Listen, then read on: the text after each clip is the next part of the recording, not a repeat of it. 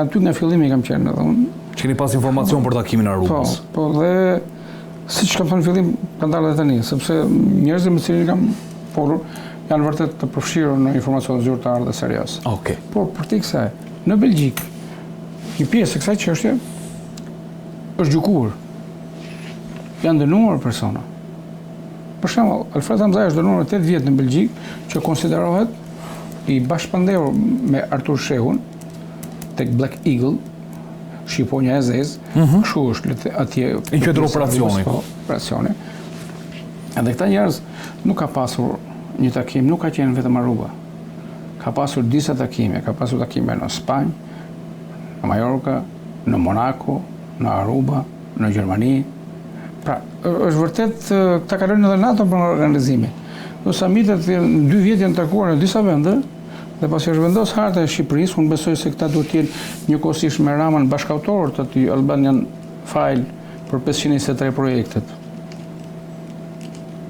Aty kanë qenë njerëz edhe përfaqësues të qeverisë. Po, sepse edhe vetë në vendimet e gjykatës, tashmë që i kanë kolegët që kemi parë, thuhet që funksionarë të lartë shtetëror dhe autoritete politike. Këto dy shprehje gjenden në vendime. Dhe funksionari i lartë shtetëror është njëri në detyrë. Është pjesëmarrës në takim, nuk besoj se është për arsye mjekësore, as turistike. Sepse aty kanë qenë 10 vjet, pa në rastet kanë qenë takim i zgjeruar, në raste të tjera edhe më pas. Nga 4 veta kemi parë tek ajo fotoja që ka dalë nga regjia, mund ta nxjerrësh, po e padhe. Fotot pas kafes. Atë janë fotot pas kafes. Pas kafes. Pra mirë janë njerëz me peshë të rënd në botën e trafikut të drogës, të kokainës, nga Amerika Latine, në shpërndarjen e Evropë dhe në Shqipëri për pasurinë e miliardeve. Ato regjistrimet që kanë dalë aty që kemi parë ato fotot këto. Tani këto janë foto, janë fotografi, janë video, janë nga kamerat e sigurisë lokalit, janë me agent të stacionuar aty. Në shumë fotot janë apo janë screenshot nga videot. Interesant. Në dijenin time ajo është filmuar, janë nxjerrë nga kaseta fotot. Okay, është filmuar. Filmuar. Dhe filmimi ka jo vetëm foto, por ka edhe tekste në komunikime se çfarë kanë bërë, çfarë kanë projektuar, planifikuar pjesëmarrësit në takim lidhur me investimet, dhe në letërporositë të dërguara nga struktura e posaçme drejt të Francës, Belgjikës dhe Spanjës. Po, sepse ilustracioni është spanjisht aty. Ne pa një nga vendimet në faqe 13, 14, 15 që janë letërporositë ku është dendësia e informacionit se çfarë ndodh, kur për 2 nga të pandehurit Hamzai, Shehu, dhe vëllezrit Rama, dhe kur thekson që këta janë të akuzuar për trafik droge në Belgjik.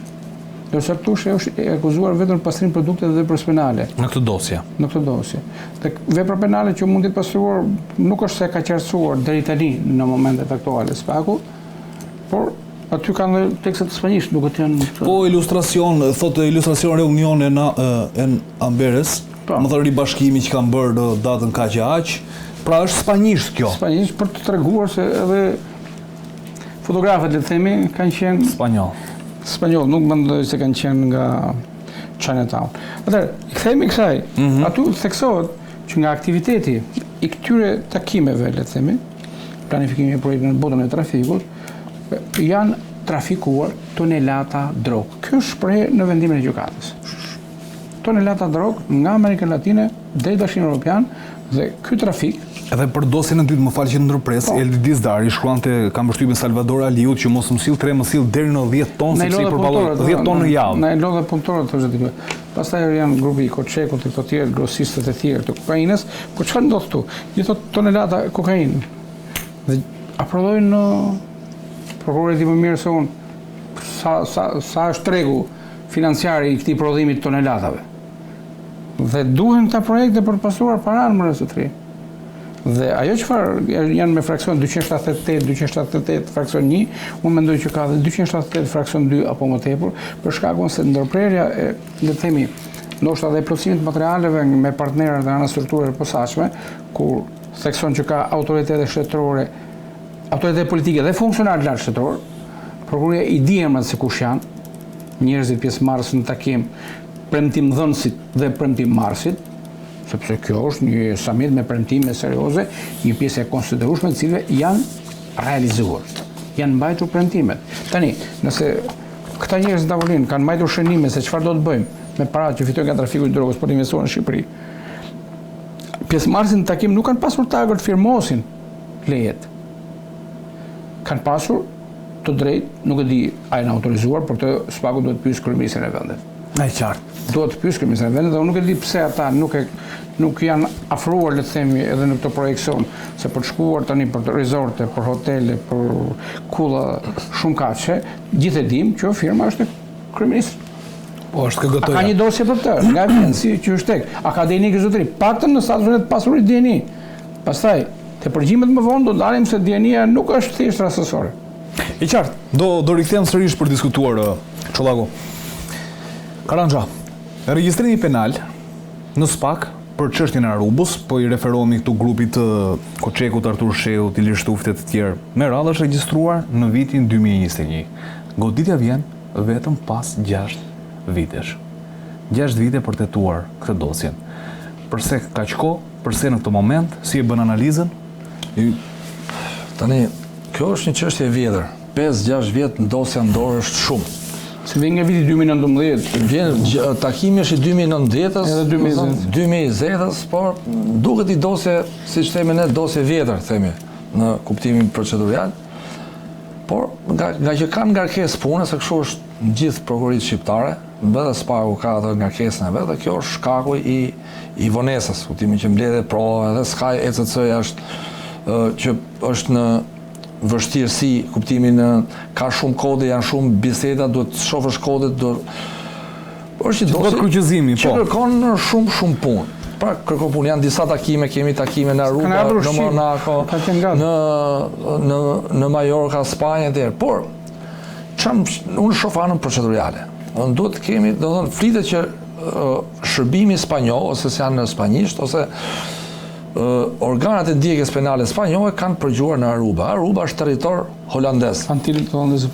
Është i pavarur. 30 kilometra afër Venezuelës. Jo, është i, domethënë, nuk është territor holandez, po ka, domethënë, është kanë ndruar, le të themi, autoritete, kanë qenë edhe spanjollët edhe holandezët, domethënë, është ka një farë pavarësie. Pra nuk është si shpeqen Amsterdami që është shteti. Domethënë, është një vend që varet nga kanë pasaport holandeze, por kanë rregullat e veta. Pra duhet parë që organet spanjolle kanë të drejtë të bëjnë veprimet procedurale në zonën e Arubës, që është territori një vendi tjetër, është parimi i territorit. Si të shkojmë ne tash të përgjojmë Greqi që s'kemi. Karanja, përderisa aty i njëjti grup që takohet në Aruba, takohet edhe në Mallorca, dhe synimi është trafiku i drogës, besoj se është çështje që në vazhdim. Jo, jam dakord në vepra penale jashtë territorit, por duhet ta bëjnë përgjimet autoritetet e Holandës që kanë vende vet, ose si është rregull. Prandaj duhet parë.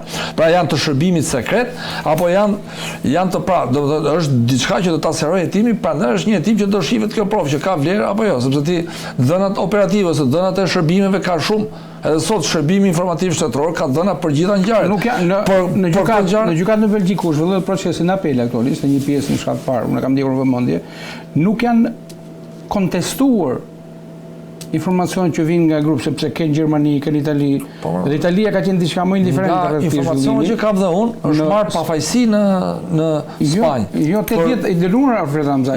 Shehu nuk është dënuar akoma. Spanjë. Ka procedim Spanjë, ka Belgjik, ka dhe procedim Spanjë, sepse trafiku drogës, kjo që duhet parë, domethënë si fakt. Që të kemi vepër penale. Por nëse nuk dënohet bjerë për një tërë vepër, është dënuar një vend. Pra kemi, domethënë, 2 nga këto persona që janë në netim, se janë marrë akoma të pandeu, kanë marrë pafajësi, është për njëjtin fakt. Duhet të jemi të kujdesshëm me parimin e nëbisinidem. Në Belgjik është dënuar, s'ka pafajësi. Po. 8 vjet burg, shkallë parë, shkallë e dytë i ka të gjithë.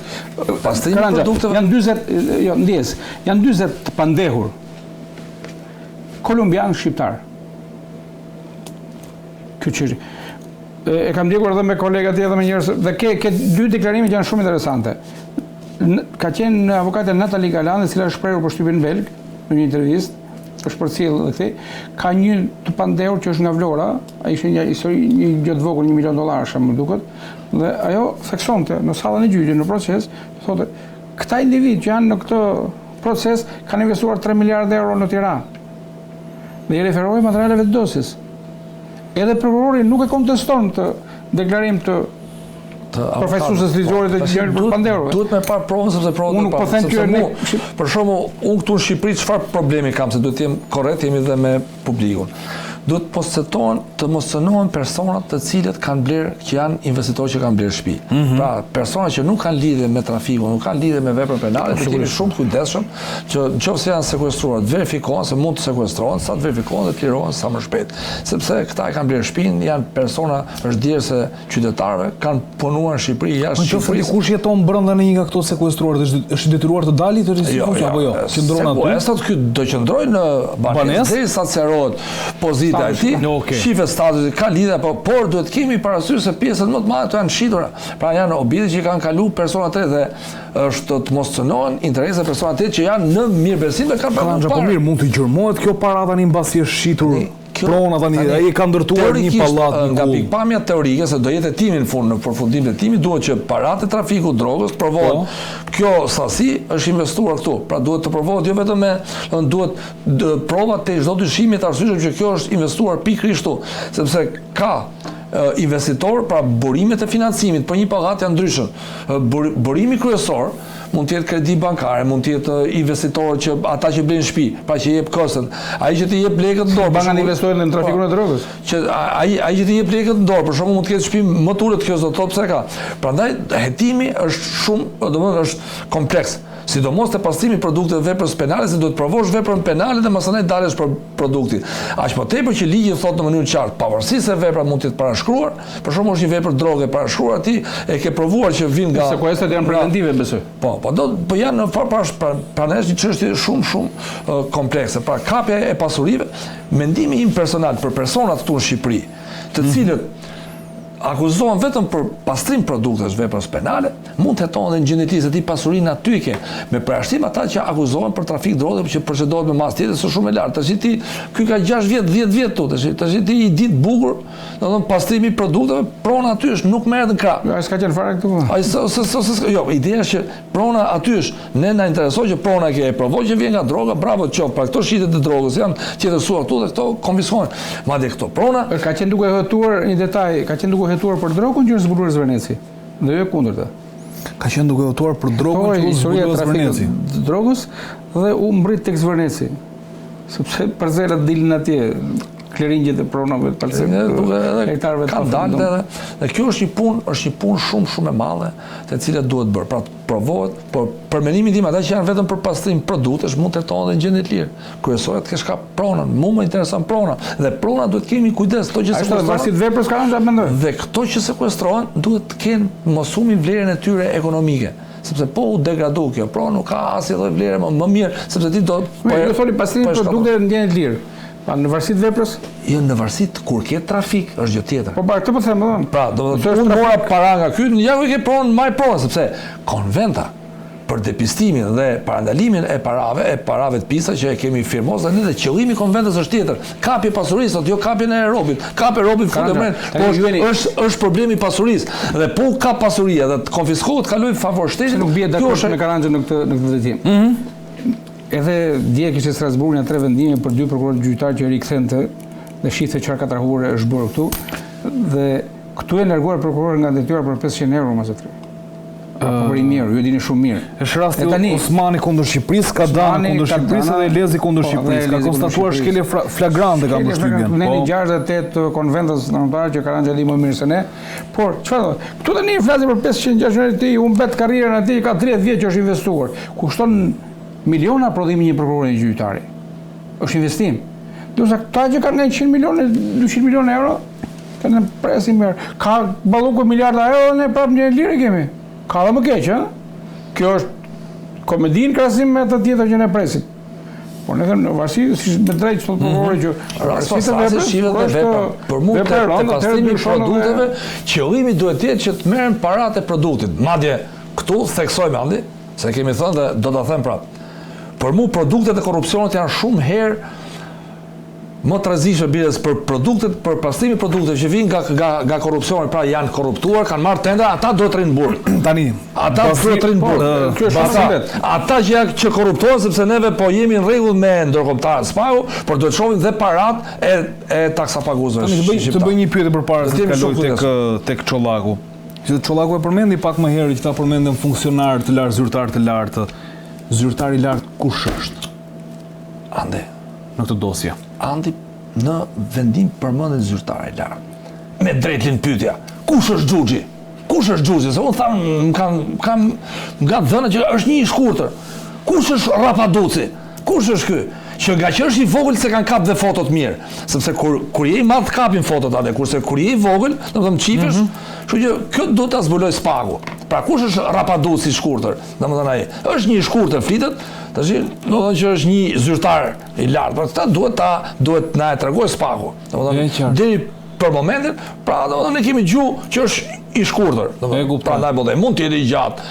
Por gjësa s'ka dalë, besoj se këta të shkurtat edhe më qifen. Kuptimin që më qifen mrapa I shpëtojnë për farë kohë drejtësisë. I shpëtojnë fotos.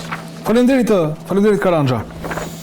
Do vjen edhe bordi paqes në Gjipru me 30 qershor, po. Por Rama takon ka Trumpin. surprizën, nëse do jetë.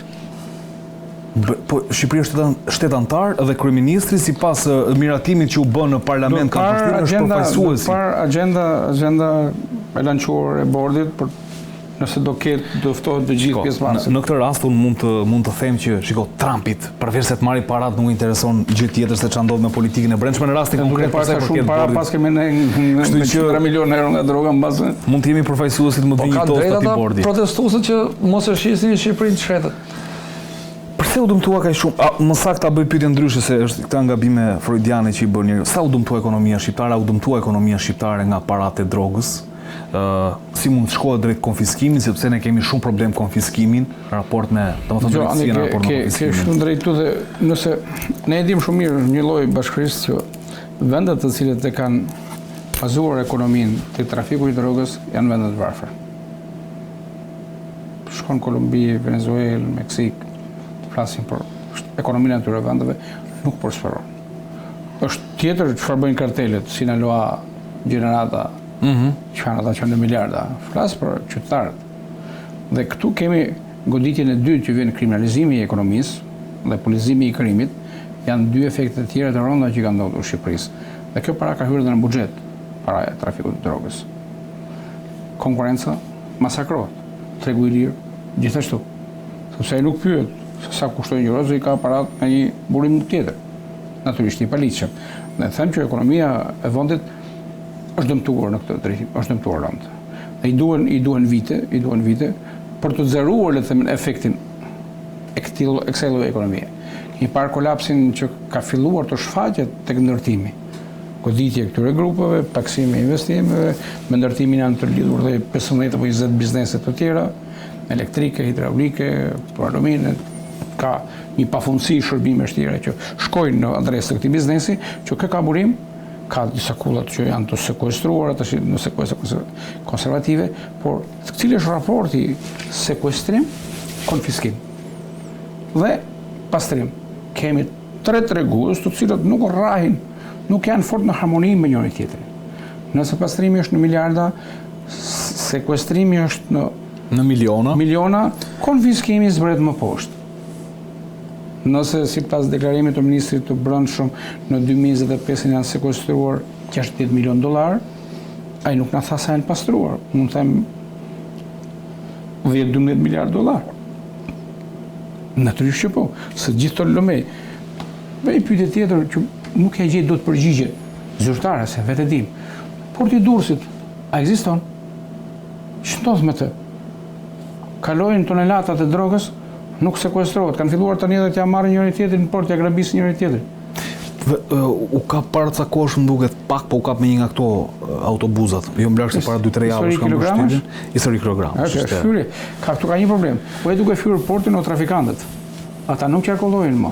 Grupet shqiptare, të cilat janë bërë një problem serioz, edhe sipas graterit dhe animave italiane që ne renditemi të dytët pas ndragetës. Do të çfarë kualifikimi kemi?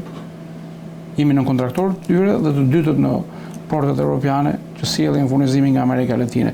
Ndaj dhe kjo fuqi narkotike që është ndruar grupet shqiptare nga 6-7 vende të Amerikës Latine dhe një ekspansion investimish në Europë. Ne thjesht I bëjmë targat drogës në Shqipëri. I bëjmë letrat dhe pastaj investojmë në Bashkimin Evropian dhe në Shtetet e Bashkuara.